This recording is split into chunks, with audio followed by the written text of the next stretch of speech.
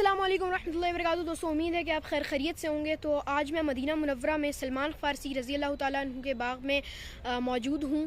یہ ایک ہسٹورک باغ ہے جہاں خود آپ صلی اللہ علیہ وآلہ وسلم نے اپنے ہاتھوں مبارک سے 300 کھجور کے درخت پلانٹ کیے تھے, ان کو لگایا تھا.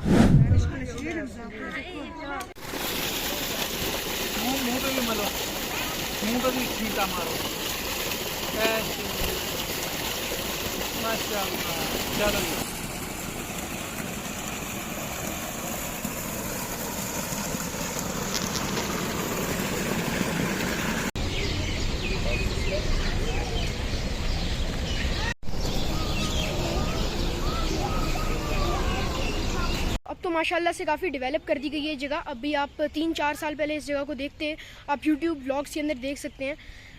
اس طرح کی یہ نہیں تھی جگہ جتنی اب ڈیولپ کر دی گئی ہے. اچھا, اس باغ کی ہسٹری جتنی مجھے پتا ہے میں آپ کو بتا دیتا ہوں.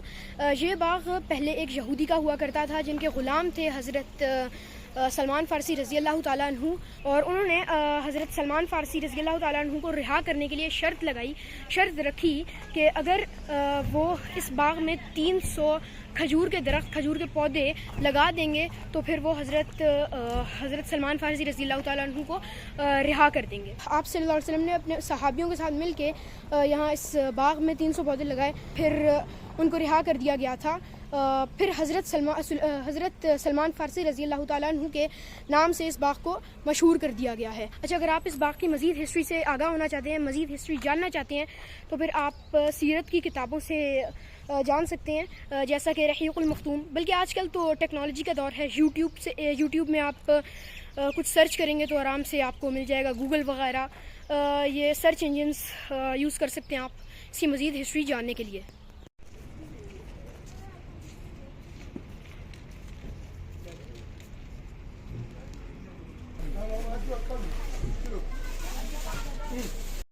یہ دیکھیں, جو یہاں پر باغ میں کھجوریں لگتی ہیں ان کو یہاں پر بیچا جاتا ہے. یہ جو میرے آگے فینس ہے نا, اس کے آگے جو کنواں ہے یہ حضرت سلمان فارسی رضی اللہ تعالیٰ عنہ کا کنواں ہے. یہ بیسیکلی اس کو آج پکارا جاتا ہے بیر الفقیر کے نام سے.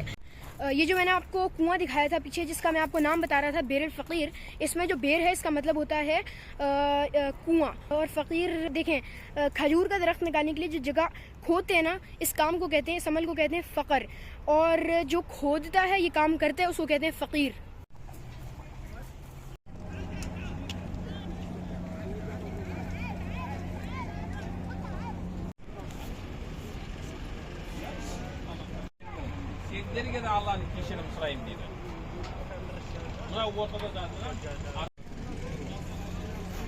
اس جنگ میں 70 صحابہ شہید ہوئے تھے, جن کی قبور میرے سامنے جو میں نے آپ کو بھی قبرستان دکھایا اس کے اندر ہے. اب ظاہری بات ہے آپ کو صحیح سے قبرستان کے اندر 70 شہداء کی قبور نہیں دکھ رہی ہوگی, کیونکہ وجہ یہ ہے کہ کافی ٹائم ہو گیا اس واقعے کو گزرے, اور اب یہ جو قبرستان ہے اس کو فلیٹ کر دیا گیا ہے. یہ جو قبر آپ میرے سامنے دیکھ رہے ہوں گے جو بلاک سے کور ہو گئی ہے, یہ قبر آپ صلی اللہ علیہ وسلم کے سگے چچا حضرت حمزہ رضی اللہ تعالیٰ عنہ کی ہے, جو غزوہ احد میں شہید ہو گئے تھے. یہ جو ایک اور بلاک سے کورڈ جگہ ویزیبل ہے, اس کے اندر آپ صلی اللہ علیہ وآلہ وسلم کے مزید کمپینینز, مزید صحابی موجود ہیں. یہ جو پیچھے میں آپ کو بھی قبرستان دکھا رہا تھا, یہ وہی میدان ہے جہاں پر غزوہ احد ہوئی تھی. یہ سامنے جو پہاڑ ہے یہ جبل احد ہے. پہلے احد کے پہاڑ یعنی جو جبل احد ہے اس پہ جانا الاؤ تھا, لیکن اب انہوں نے منع کر دیا ہے. بہت سے نئے رولز آ رہے ہیں آہستہ آہستہ. یہاں پر آپ کو دیکھیں کریم کی سروس بھی ملے گی. ابھی میں موجود ہوں مسجد قبلہ تین کے باہر. انشاءاللہ ابھی میں آپ کو اس کے اندر جا کے اس کا ویو دکھاؤں گا, اور اس کی ہلکی سی جتنی ہسٹری مجھے پتہ ہے وہ آپ کو بتاؤں گا.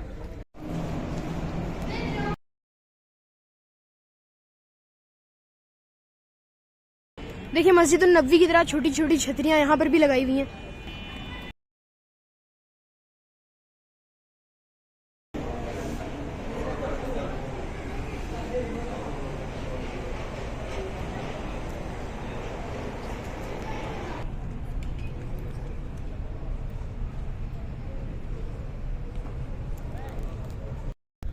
دیکھیں ابھی نماز کا تو ٹائم نہیں ہے، ویسے ہم لوگ مسجد کے اندر بھی آ گئے، ہم لوگ فری بیٹھے ہوئے ہیں، تو میں آپ کو مسجد کی ہسٹری کے بارے میں بتا دیتا ہوں۔ اصل میں پہلے کے ٹائم پہ جب اسلام آیا تھا اس وقت لوگ مسجد اقصیٰ کی طرف، یعنی کہ حضرت موسیٰ علیہ السلام، حضرت عیسیٰ علیہ السلام کے دور میں لوگ مسجد اقصیٰ کی طرف قبلہ رخ ہو کر نماز پڑھا کرتے تھے۔ جب آپ صلی اللہ علیہ وسلم کا دور آیا تو انہوں نے سوچا کہ یار خانہ کعبہ کی طرف رخ کر کے کیوں نہیں نماز پڑھی جاتی، وہ تو اللہ تعالیٰ کا گھر ہے۔ تو ایک بار آپ صلی اللہ علیہ وسلم اسی مسجد کے اندر، یعنی کہ مسجد قبلہ تین کے اندر مسجد اقصیٰ کی طرف قبلہ رخ ہو کر نماز پڑھ رہے تھے کہ حضرت جبرائیل علیہ السلام ظاہر ہوئے اور انہوں نے آپ صلی اللہ علیہ وسلم پر یہ وحی نازل کی کہ اب خانہ کعبہ کی طرف قبلہ رخ ہو کر نماز پڑھی جائے گی۔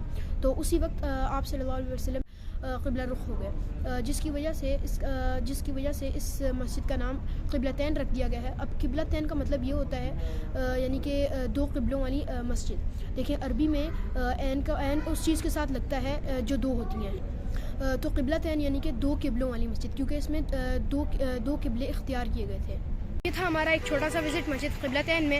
جیسا کہ میں نے آپ کو بتایا کہ نماز کا ٹائم نہیں تھا، جس کی وجہ سے ہم لوگ جلدی آ گئے، تو اسی کے ساتھ ہماری یہ والی ویڈیو اینڈ ہوتی ہے۔ امید ہے کہ آپ کو یہ ویڈیو پسند آئی ہوگی۔ اگر پسند آئی تو ویڈیو کو ضرور لائک کیجیے گا اور کمنٹس میں اپنی رائے کا اظہار کیجیے گا۔ اگلی ویڈیو میں انشاءاللہ میں آپ سے ملتا ہوں۔ مجھے دیجیے اجازت۔ فریاد الاسلام، اللہ حافظ۔